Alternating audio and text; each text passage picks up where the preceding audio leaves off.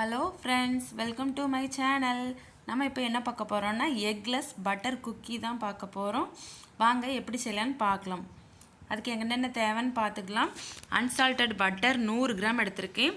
அப்புறம் vanilla essence, அப்புறம் 105 gram மைதா மாவு, அப்புறம் powder sugar 50 gram powder sugar எடுத்திருக்கேன்.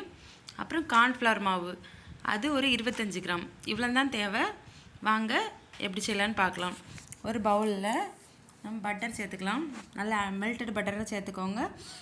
ஒரு நிமிஷம் பீட்டர் ஆன் பண்ணி நல்லா பீட் பண்ணிக்கோங்க. பட்டர் நல்லா மெல்ட் ஆகாத வரைக்கும் பீட் பண்ணிக்கோங்க. இப்போ ஒரு ஸ்பேட்சில் வச்சு சைடில் உள்ள தவளத்தையும் வலிச்சு விட்டுக்கலாம்.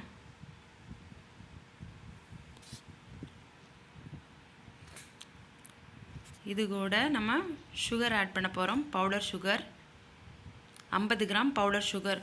நார்மல் சுகரை பவுடர் பண்ணி அதில் 50 கிராம் ஆட் பண்ணிக்கோங்க. உங்களுக்கு எவ்வளோ இனிப்பு வேணுமோ அதுக்கேற்ற மாதிரி கூடவா குறவா ஆட் பண்ணிக்கோங்க.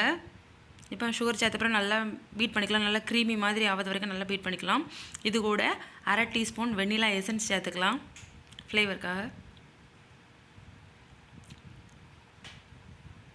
இப்போ நல்லா மிக்ஸ் பண்ணிக்கலாம். நல்லா க்ரீமியாக வந்த பிறகு இது கூட நம்ம மைதா மாவும் கார்ன்ஃப்ளவர் மாவும் 105 கிராம் மைதா மாவு, 25 கிராம் கார்ன்ஃப்ளவர், மொத்தம் 130 கிராம். அதை 3 பேட்சாக கொஞ்சம் கொஞ்சமாக சேர்த்து மிக்ஸ் பண்ணிக்கலாம்.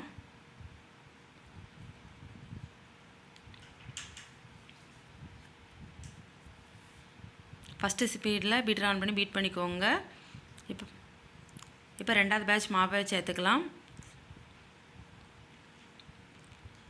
மாவு அப்படித்தையும் மொத்தமாக சேர்த்து ஸ்பேட்சில் வச்சு நல்லா மிக்ஸ் பண்ணதுக்கப்புறம்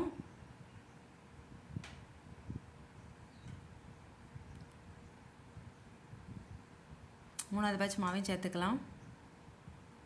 நல்லா ஸ்பேட்சில் வச்சு நல்லா மிக்ஸ் பண்ணிக்கோங்க, கட்டி எதுவும் இல்லாத மாதிரி. இப்போ பீட்டர் ஆன் பண்ணி லைட்டாக ஒன் ஸ்பீடில் ஒரு நிமிஷம் பீட் பண்ணால் போதும். நல்லா அந்த மைதா மாவு எல்லாம் மிக்ஸ் ஆகிரும்.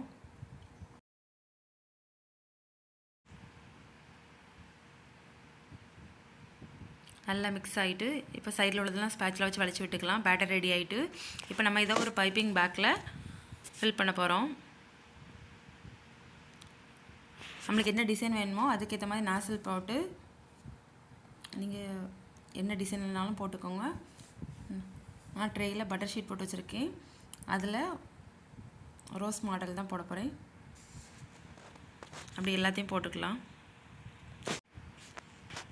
உங்களுக்கு என்ன டிசைன் வேணுமோ அதுக்கேற்ற மாதிரி போட்டுக்கோங்க.